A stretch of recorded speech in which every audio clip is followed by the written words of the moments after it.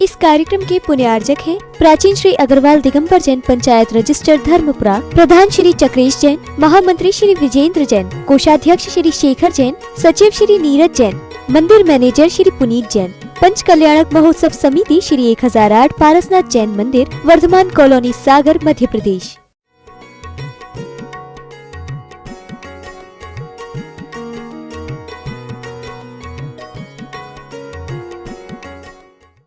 अपनी वो वस्तु स्थिति वो सुना रहे थे। पंडित आई माथे पड़ी, पूर्व जन्म को पाप, औरों को उपदेश दें आप जहां के आप।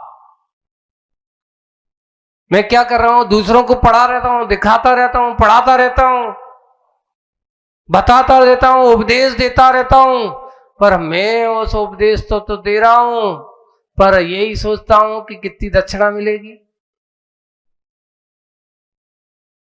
कितनी विदाई होगी, अच्छी भाई कि नहीं, अच्छा सुनाओ। इस भाव से सुनाता हूं। बोले कि पंडित आई माथे पर ही पूर्व जन्म को कह के पैसा खिलाने तो सुना रहे हैं, और दूसरों को क्या देवे? उपदेश। और स्वयं कहां है? जहां के महाराज आज के समझ में बहुत कम बिल्कुल व्यक्ति होते हैं जो लक्ष्मी और सरस्वती दोनों वान हो। एक साथ कभी बैठ जाए तो बहुत पुण्य कर्म का उदय है, ध्यान रखना। इधर क्या हो? लक्ष्मी भी हो और सरस्वती भी हो, बहुत कम होता है। बिल्ले ही व्यक्ति है जहां धन संपत्ति हो वहां पर स्वाध्याय ध्यान का समय निकाल ले आदमी, बहुत कठिन काम है। लेकिन फिर भी ऐसे ज्ञानी बहुत कम मिलते हैं। दोनों एक साथ मिल जाना बहुत कम होते हैं। ऐसे ही यहां पर वो भाई जो था, जो कभी कभार मंदिर जाता था, कभी कभार जाता था, अब हुआ ये कि एक दिन वो जो धर्मात्मा रोजे का, तो उसने, वो बड़ा था और वो जो छोटा वाला था जो कभी कभार जाता है, उसको आए, भैया एक काम किया करे, कम से कम दिन में एक बार तो भगवान के दर्शन किया कर ले। अभिषेक पूजन ना करो तो ना करो, कम से कम भगवान के दर्शन तो। आखिर रोज कहता कहता कहता एक दिन उसके मन में सोचा, आज वो कहता भाई एक काम करते, आज अपन दोनों साथ चलते, दोनों साथ चलते हैं। अब दोनों साथ चलते हैं, दोनों साथ जा रहे हैं। अब देखिए कर्म का संयोग देखिए, दोनों को, एक को साता कर्म का उदय चल रहा है और एक को असाता कर्म का उदय चल रहा है। जो बड़ा धर्मात्मा बड़ा भाई था, वो जाते जाते रास्ते में एक कील पड़ी थी, लेकिन जा कहां रहे हैं दोनों? मंदिर जा रहे हैं। कील पड़ी, कील पर पैर पड़ा, पैर लहूलुहान हो गया, घायल हो गया। लेकिन छोटा भाई चल रहा है, वो थोड़ा सा पीछे हो गया, वो आगे चल रहा है। उसको क्या देखता है कि आगे एक लाल कपड़े में अच्छी स्वर्ण मुद्राओं से भरे हुए कलदार, अच्छे पैसे से भरी हुई एक थैली मिल जाती है। देखो पुण्य कर्म के उदय में और उसको पुण्य है। वो अब थोड़े रुक गया, उसके हाथ में उठा, मिलता है, अब उठाया उसने, आए वो भाई से कहता, देखो तुम रोज मंदिर जाते, तुम्हें क्या मिलो? आज के समय में कई लोग ऐसे कटाक्ष करते नहीं करते? खूब पूजा पाठ करो तो सुबह से भगवान को घिस घिस के कपड़ा फाड़ डाले तुमने, भगवान को घिस डालो, तुम्हें क्या मिलो इतने आज तक। और देखो आज हमने अकेले मंदिर, कितने दिनों बाद मंदिर जा रहे थे, और हमारे लिए क्या मिला? सोने से भरी हुई थैली मिल गई है। आखिर वो धर्मात्मा भी मन में संशय से भरा हुआ गया, और दोनों मंदिर में पहुंचे। मंदिर में मुनिराज बैठे हैं, अविज्ञानी मुनि महाराज है। आखिर मन में उसके भाव ये भरा कि बात तो सही कह रहा हूं, देखो मैं रोज करता हूं, उसके मन में भी ये थोड़ा सा ऐसा भाव हो गया, रोज करता हूं, करने के बाद भी आज मंदिर जाते मुझे पैर में क्या लगी, कील लगी, और इसको क्या मिली, स्वर्ण की थैली मिली, कभी कभार आने वाला है, कैसा है इसका आदमी। तो महाराज कहते हैं भैया उन्होंने जाना, जान करके कहता है इसका तीव्र पुण्य कर्म का उदय था आज। अगर ये सच्चे मन से भगवान के दर्शन, वो तो भाई की जबरदस्ती से आ रहा था, काश अगर ये इसके पास तो आज इतना पुण्य, तीव्र पुण्य कर्म का उदय था कि ये राज्य का राजा भी बन सकता था, लेकिन छोटे से पुण्य में स्वर्ण की थैली में निपट गया। और आज तेरा पाप कर्म का उदय इतना था कि आज तेरी जान भी जा सकती थी, पर तेरे भाव अच्छे थे, लेकिन तू कील में ही निपट गया। काय में निपट गया? आज तेरा इतना पाप कर्म का उदय था कि तेरा जीवन भी समाप्त हो सकता था, पर तेरा भाव अच्छा था, भगवान की पूजन करने के भाव थे, भगवान के दर्शन करने के भाव थे। उस भाव का प्रभाव यह हुआ कि तुझे छोटी सी कील में निकल गया, और उसका इतना पुण्य कर्म का उदय था, पर मन में मंदिर जाने के भाव, लेकिन क्या करे, जबरदस्ती जा रहे। पर वो तीव्र पुण्य छोटे से पुण्य में परिवर्तित होकर के निकल गया। एक को क्या कहें, एक पाप कर्म का अपकर्षण हो गया और एक के पुण्य कर्म का अपकर्षण हो गया, दोनों का हुआ। ऐसा नहीं कि बड़ा हुआ, नहीं, यही दशा है, यही भाव है। तो यहां पर ऐसा लग रहा है मोह की मात्रा जब बढ़ेगी तो मोक्ष की यात्रा रुकेगी, और जहां मोक्ष की यात्रा होगी वहां पर मोह की मात्रा कम होगी।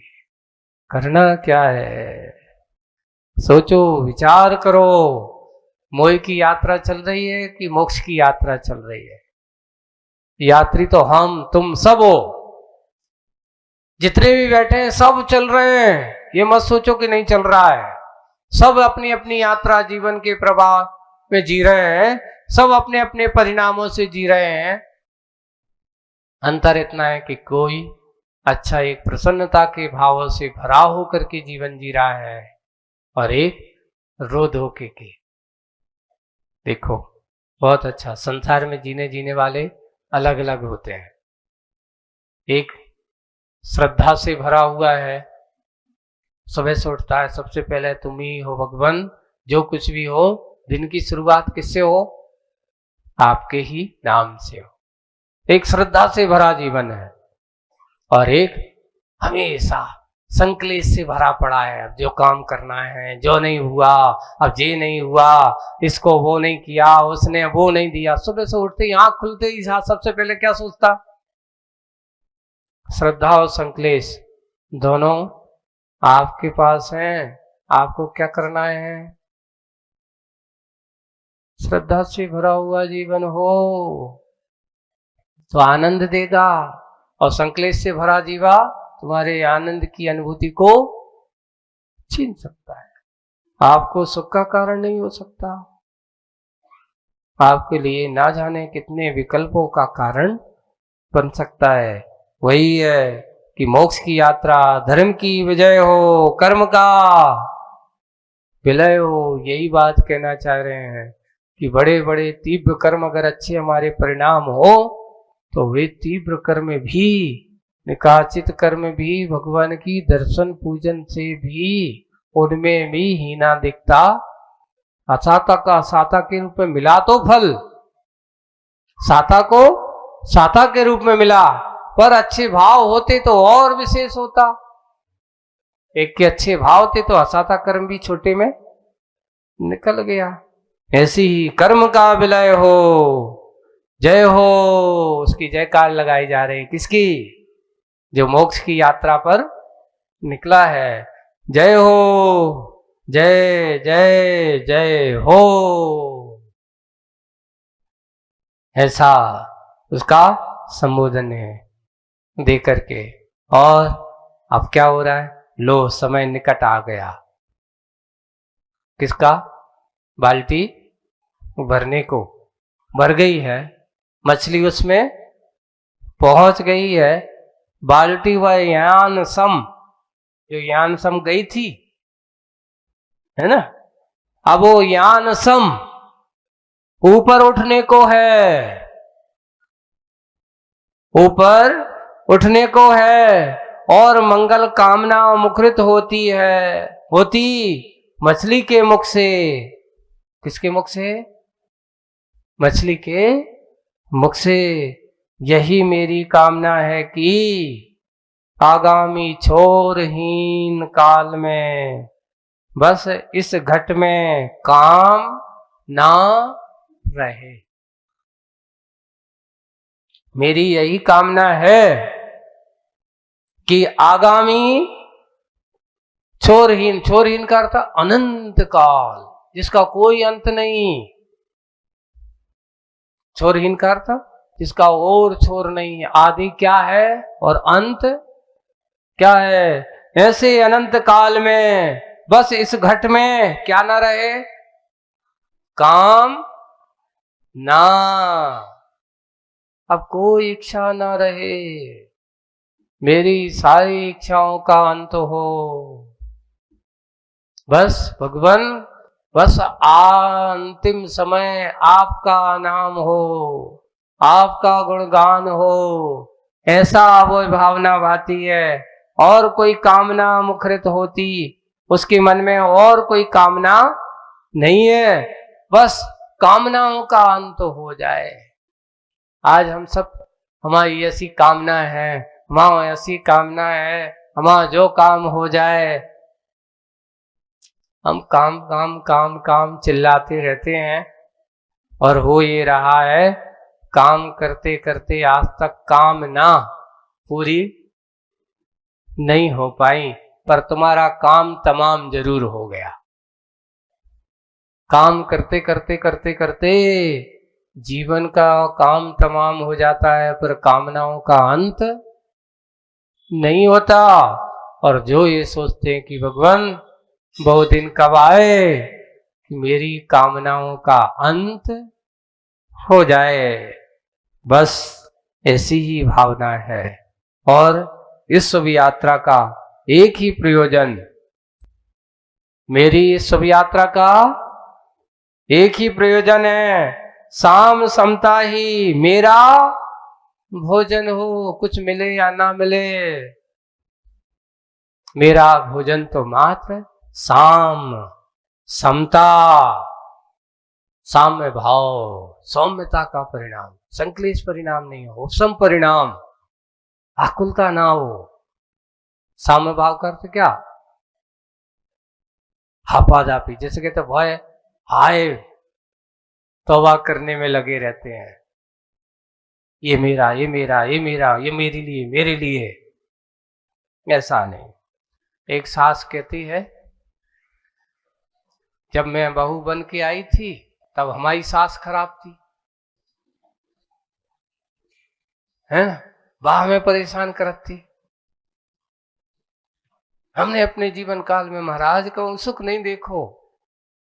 बोले कि क्यों, जब हम बहू बन के आए तो हमारी सास खराब थी, और अब जब हम सास बने तो हमारी बहू खराब है। हमारी सुनते ही नहीं है, क्योंकि हमने कोई दूसरों की सुनी नहीं है। क्योंकि जब वो हमारी सास कहती थी तो हमें बुरा लगता था, क्योंकि सुनने की आदत नहीं। हमने तो हमेशा किसकी आदत बनाई है, सुनाने की बनाई है। तो आप सुखी कैसे हो सकते हो, आपने हमेशा सुनाने की आदत बना के रखी है, कभी किसी के सुनने की आदत नहीं बनाई। अब तुम कहो कि सुखी रहे हैं, तीन काल में सुनना चाहिए, समझना चाहिए। और यही दशा है, जब हम आए थे तो हमारी सास खराब थी, अब हम जब बड़े बने हमारी बहुएं आई, सो अब हमारी कैसी हैं? क्योंकि आदत हमारी दूसरों को क्या देखने की बनी हुई है? बुराई। हाँ, नई बहू हो, पुरानी बहू हो, सबकी दशाएं यही हैं। आज घर घर में महाभारत क्या चल रहा है? एक बार एक बहुत अच्छा कटाक्ष पड़ा। कटाक्ष यानी एक व्यक्ति एक बिटिया को देखने गया, यानी सगाई संबंध करने के लिए। तो वहां गया तो अब सब पहले लोग जाते, आज के लोग तो अब अलग हिसाब से चलता, पुराने लोगों की रीति अलग थी। उन्होंने कहा कि बेटा ये बताओ, पढ़े लिखे हैं, तुम्हें कुछ आता है कि नहीं आता है? बोले सब आता है। बोले कि क्या आता है? तो उन्होंने कहा तुमने रामायण सुनाओ। बोले कि रामायण आती है? बोले कि हाँ सुना देते हैं। सुना दिया। बोले कि तुम्हें ये आता है? वो भी सुना दिया। रामायण आती है? वो भी सुना दिया। उसने पूछा महाभारत भी आती है? बोले कि वो सुनाने की जरूरत नहीं है, तुम्हारे घर पहुंचे तो हम बता दें महाभारत कैसी होती है। वो काय की जरूरत नहीं है, क्योंकि महाभारत तो सुनाई थोड़ी जाती है, दिखाई जाती है। अब आपको देखना है तो घर जाएंगे, जब देखेंगे। वो कहता अच्छा है रामायण है, रेंदु महाभारत लायक नहीं है। ऐसी दशा ये है कि हम आज करना क्या चाहते हैं, क्या पाना चाहते हैं? सोचिए, विचार करिए। हमारी दृष्टि किस ओर है, हमारी सृष्टि किस ओर है? बस वही दशा है। मानव के अंदर ही दानवता है, और अगर दानवता दूर हो जाए तो मानवता बनने में उसे देरी। इसलिए हमें वही बात कि दिवी पर यहाँ दानव तनधर, मानव मन पर हिंसा का प्रभाव ना हो, मैं यही कामना करता हूं। यही भावना, ये सम्यक दृष्टि की भावना होती है, ये समीचीन व्यक्ति की भावना होती है। दिवी में यानी देवों में, भू पर, भूगर्भों में, सब जगह।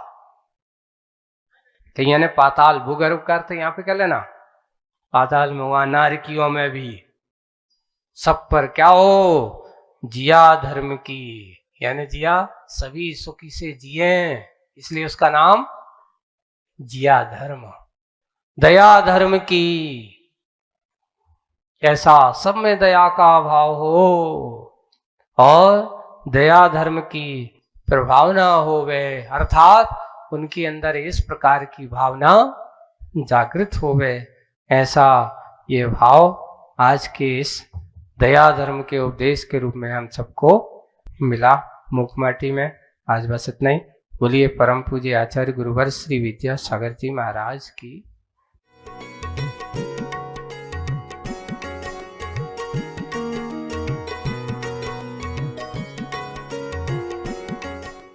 इस कार्यक्रम के पुण्यार्जक थे प्राचीन श्री अग्रवाल दिगंबर जैन पंचायत रजिस्टर धर्मपुरा, प्रधान श्री चक्रेश जैन, महामंत्री श्री विजेंद्र जैन, कोषाध्यक्ष श्री शेखर जैन, सचिव श्री नीरज जैन, मंदिर मैनेजर श्री पुनीत जैन, पंच कल्याणक महोत्सव समिति श्री 1008 पारसनाथ जैन मंदिर, वर्धमान कॉलोनी, सागर, मध्य प्रदेश।